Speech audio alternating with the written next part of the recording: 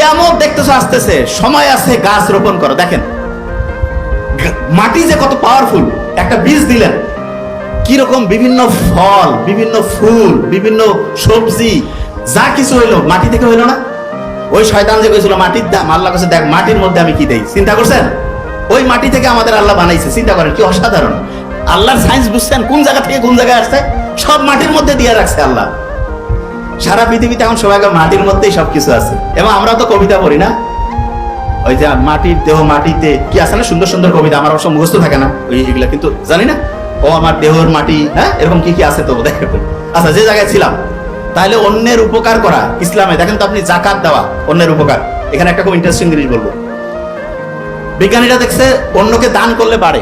বিজ্ঞানীরা এটা নিয়ে গবেষণা, যে যত দান করে তার তত বাড়ে। জাকাতের অর্থ হচ্ছে বৃদ্ধি পাওয়া। আপনি ঠিকভাবে জাকাত আদায় করবেন। আবার জাকাত আর দান খয়রাতে, দান করা এক না, জাকাত দান দুইটা আলাদা জিনিস। জাকাত দিবেন, অর্থনৈতিক ব্যবস্থাটা রাষ্ট্রীয়ভাবে নিয়ন্ত্রিত হবে এবং দেখবেন কারো অভাব থাকবে না। আচ্ছা, এখানে আমাকে বলেন তো, আমরা অন্যের উপকার করার ক্ষেত্রে আমি একটা ভালো বুদ্ধি দেই। সুদ ভিত্তিক যে অর্থনৈতিক ব্যবস্থা আছে, এটা যদি ধ্বংস করতে চাই আমরা, সুদ সুদ, তাহলে সবচেয়ে গুরুত্বপূর্ণ হচ্ছে অন্যকে হচ্ছে ধার দেওয়া। অনেকে বোধহয় মাথা গরম হয়েছে যে ভাই ধার দেওয়ার কথা বলছে। ইসলাম দান করলে যে সওয়াব, ধার করায় তার চেয়ে বেশি সওয়াব দিয়েছে।